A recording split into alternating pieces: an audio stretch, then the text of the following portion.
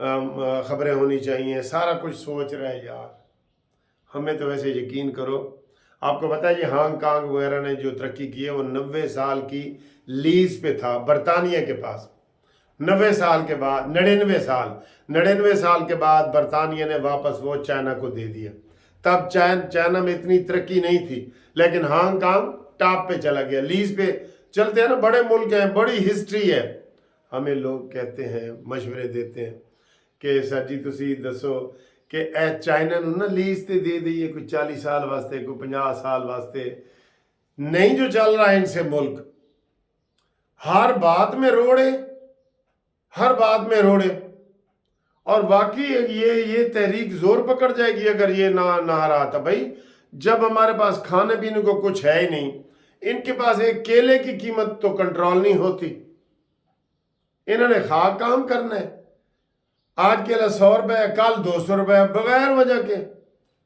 جی پچھوں مہنگا ہو گیا تو پچھوں تو بھائی جڑا 15 دنوں دا اپنے کول رکھو ایسی او۔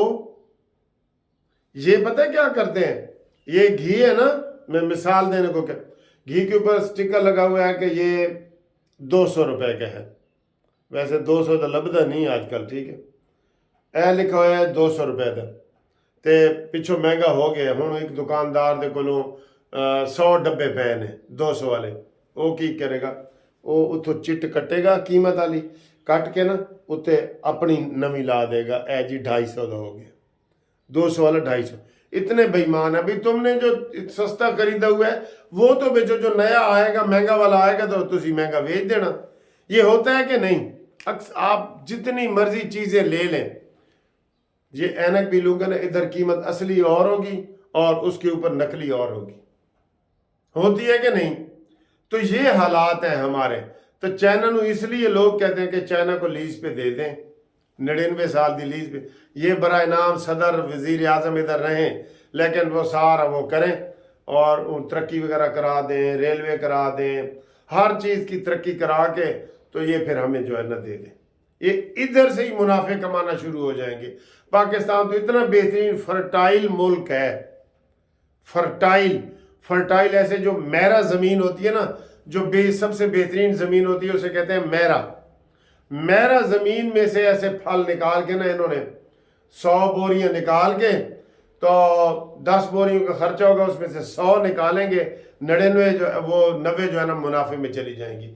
تو یہ ایسے وہ کر رہے ہیں، یہ ایسے چائنا والے ایسے کرتے ہیں، ٹھیک ہے۔ تو اب چونکہ میں نے دفتر بھی جانا ہے، دیر ہو رہی ہے، تو خبریں باقی جو ہے نا وہ میں آپ کو بتاؤں گا۔ تو یہ الیکشن کمیشن جناب آفس امیدوار کاغذات نامزدگی، تو وہ کاغذات نامزدگی شروع ہو گئے ہیں جو سینٹ کے 52 سیٹوں کے ہونے ہیں نا الیکشن وغیرہ، وہ بھی بڑا اہم مرحلہ ہے۔ سر جی اہم مرحلہ کیا؟ جیڑی سیٹ تے ری کاؤنٹنگ ہو رہی ہے اتنے نون لیگ جیت رہی ہے۔ اب یہ بتائیں تو صحیح یہ کیسے ہوا ہے؟ پی ٹی آئی والوں کو تو جلسے جلوس کرنے کی بھی اجازت نہیں تھی، تو پھر وہ جیتے کون ہیں؟ وہ کیڑے خفیہ ہاتھ سن، خلائی مخلوق سی، جنہوں نے سب کو تقسیم کر دیا کہ 10 تیرے، 9 تیرے، 8 تیرے، نہ کوئی جا دھی راوی، نہ کوئی آوی نہ کوئی جاوی، نہ ان کے پاس اکثریت ہوگی، نہ وہ بڑ کریں گے، وہ ہمیشہ ایسے تھلے لاگ کے رہیں گے۔ جس طرح حکومت بنی ہے، مجھے بتائیں پیپلز پارٹی کے بغیر نون لیگ چل سکتی ہے؟ نہیں نہ چل سکتی۔ ذرا شہباز اسی تو ہم کہنے ہیں نا شہباز تھلے لگ جائے گا ویسے، جیسے کل اس نے ارسا کے چیئرمین کا نوٹیفیکیشن واپس لی ہے۔ 2 دن پہلے وزیر اعظم نے کہا ہے کہ جناب یہ چیئرمین ہے، منصف عوان چیئرمین ہے۔ سندھ کے وزیر اعلیٰ نے چھوٹے نے احتجاج کی ہے اور وہ نوٹیفیکیشن واپس ہو گیا کہ منصف جا گھر تیرا ہن ہور سانو ضرورت کوئی نہیں۔ یہ حالات ہیں، یہ کیسے حکومت چلائیں گے؟ اوپر بھی زرداری، نیچے بھی زرداری، درمیان میں سینڈوچ بنی ہوئی ہے نون لیگ۔